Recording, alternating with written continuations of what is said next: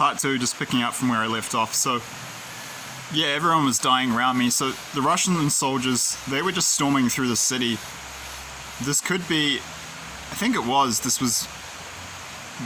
was an aspect of the Battle of Wellington, which will, I think, be a multinational thing. So Russia, China, and North Korea. Like China, it's the Chinese invasion of New Zealand. Crazy battle in Wellington. I'll put the link to that video I did about the Battle of Wellington, which I was shown in the past in Prophetic Dreams, and that I was shown Chinese troops there in Wellington. No, but I'm pretty sure the Russians will be there too. I mean, I've had 2 other dreams of Russian troops, like, invading New Zealand, but they were invading Wellington specifically. So I'm pretty sure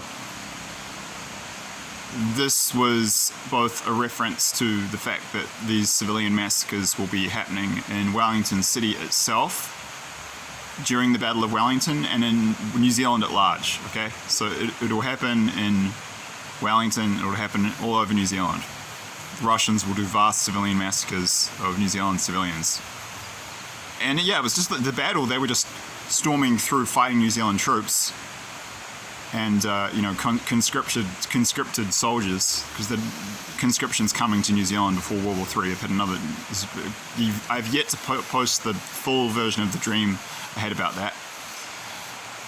That was set in Wellington too. That was where I was shown that,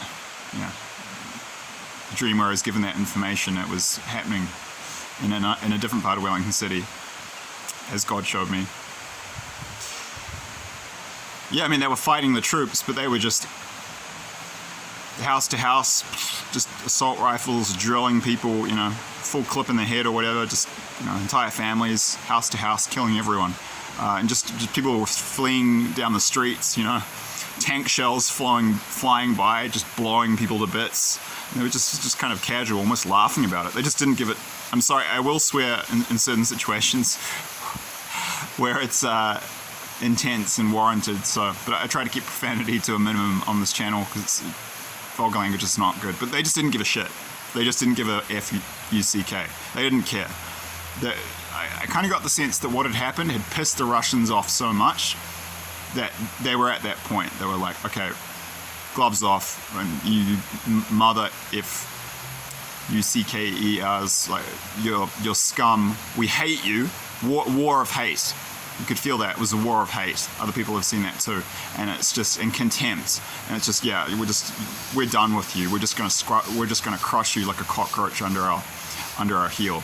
And they could, and they were doing it because they are so much more powerful than we realize now, but they're only growing in power, and they're going to be just stomping on us militarily because they'll be so much more militarily advanced.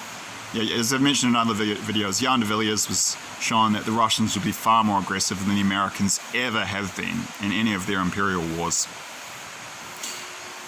I mean, I actually like Russians. My best friend this lifetime was Russian.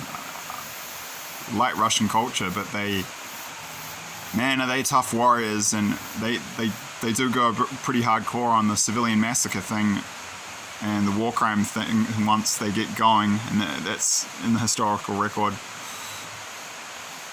And Genghis Khan and the Mongol hordes apparently they wiped out like 10% of the world's population at that time. It's interesting to note, if you look at Russian DNA, most Russians have a little bit of Mongol DNA in them.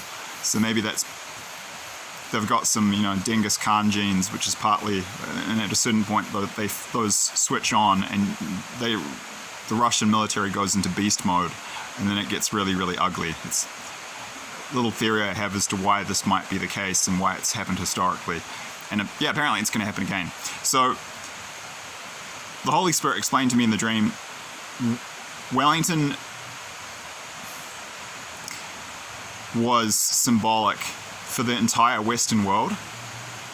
And for example, there is actually there's a Wellington in Canada. I know there's a Wellington in the US. I'm pretty sure there's probably a Wellington in the UK. It referred to the entire Western world, Western civilization, but more specifically to the Anglo-Saxon countries. Yeah, so including Europe, but it was conveyed to me that this was going to be a much bigger issue in the US, UK, Australia, Canada, and New Zealand. it's going to be significantly worse there than in the European countries, which will also be invaded by Russia and the allied countries on the Axis side in World War III. So there was that horrible scene, and then it did this weird kind of wind back thing, like something out of the film Groundhog Day. It just did a rewind, and all of a sudden I was back watching the TV half an hour before or whatever, before it all turned to horror, except when this time I remembered what had just happened. So I knew, and I was watching the TV and I was watching what was happening in Ukraine. I knew, oh no, they think they're safe, but they're not. And I knew what was going to happen in half an hour.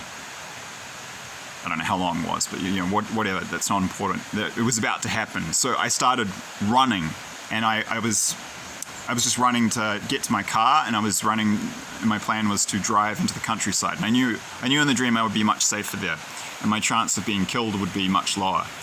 But I remember thinking, man, I wish I'd immigrated sooner. If I'd known it was going to happen this quick, I would have gotten out sooner. And there was a message in the dream at the end. You'll be much safer in the countryside when the invasions happen. But as I said in the preview, if you really want to be safe, emigrate. Not emigrate. Emigrate.